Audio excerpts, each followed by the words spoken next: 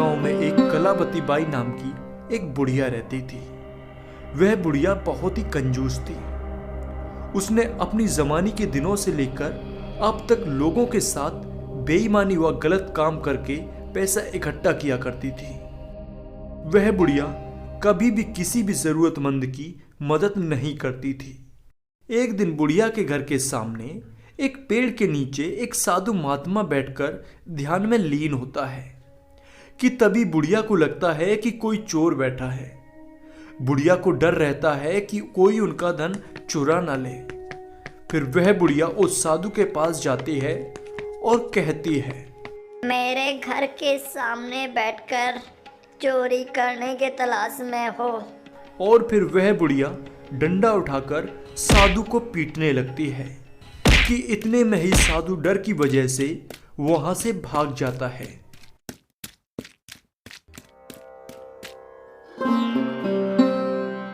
फिर अगले दिन साधु जब गांव वालों से उस बुढ़िया के बारे में पता करता है तो गांव के लोग बोलने लगते हैं, अरे वो तो कलाबाई बहुत ही कंजूस है। अरे हाँ, वह तो कभी भी किसी भी जरूरतमंद लोगों की कोई मदद नहीं करती है। राम जाने हमारे गांव में ये कलंकिन कहाँ से आ गई। अरे ऐसा धन किस काम का जो किसी जरूरतमंद के काम ना आए?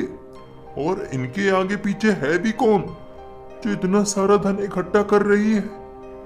फिर वह साधु अपने मन में सोचता है, अरे ये बुढ़िया तो बहुत ही गलत रास्ते पर चल रही है।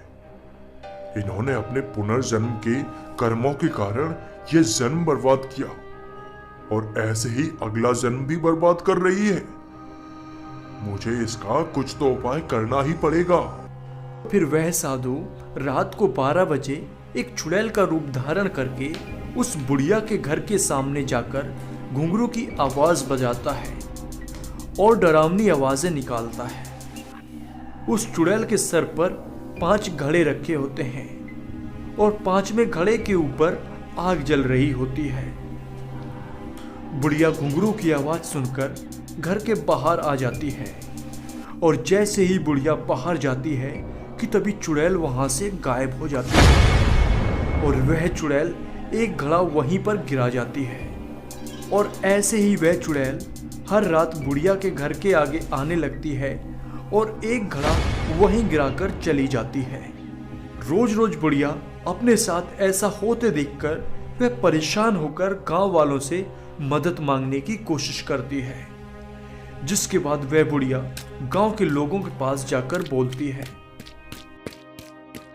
हर रात मेरे घर के सामने एक चुड़ैल आती है और एक घड़ा गिरा कर जाती है और घुंघरू की आवाज मुझे रात भर सोने नहीं देती है।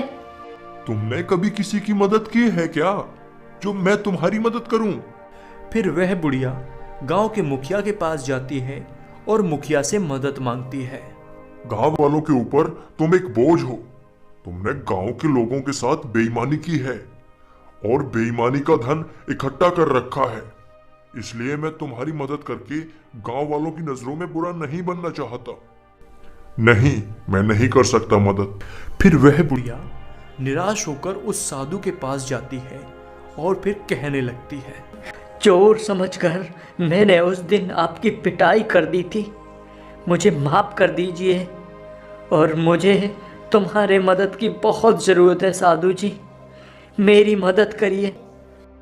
फिर वह बुढ़िया साधु से अपनी पूरी बात बताती है, जिसके बाद साधु अपनी आंखें बंद करता है और फिर कहता है, भूतों के जो सरदार थे वो अपनी टोली छोड़ दिए हैं और टोली को यह बताकर गए हैं कि तुम उस टोली के सरदार बनने के योग्य हो।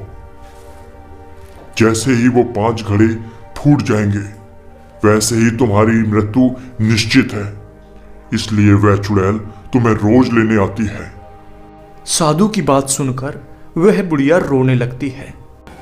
साधु जी, मैं अभी मरना नहीं चाहती हूँ।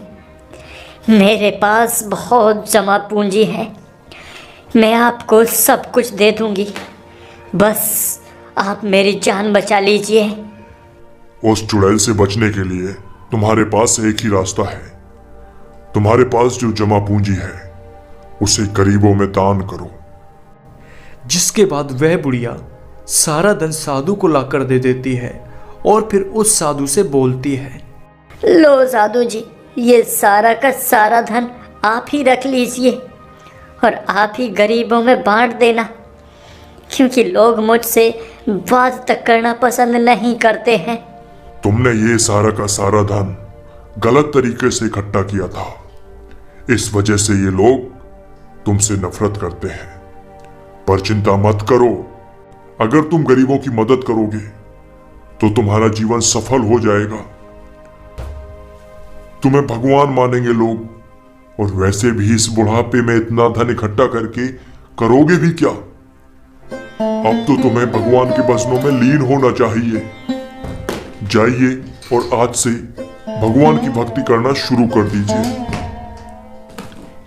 मैं अपने इस जीवन को धन्य बना पाऊंगी। आपका बहुत बहुत शुक्रिया। हाँ साधु जी, आपका बहुत बहुत धन्यवाद, आपने मेरी आंखें खोल दी। जिसके बाद वह बुढ़िया वहां से चली जाती है और फिर हमेशा गरीबों की मदद करती है और भगवान की भक्ति में लीन हो जाती है।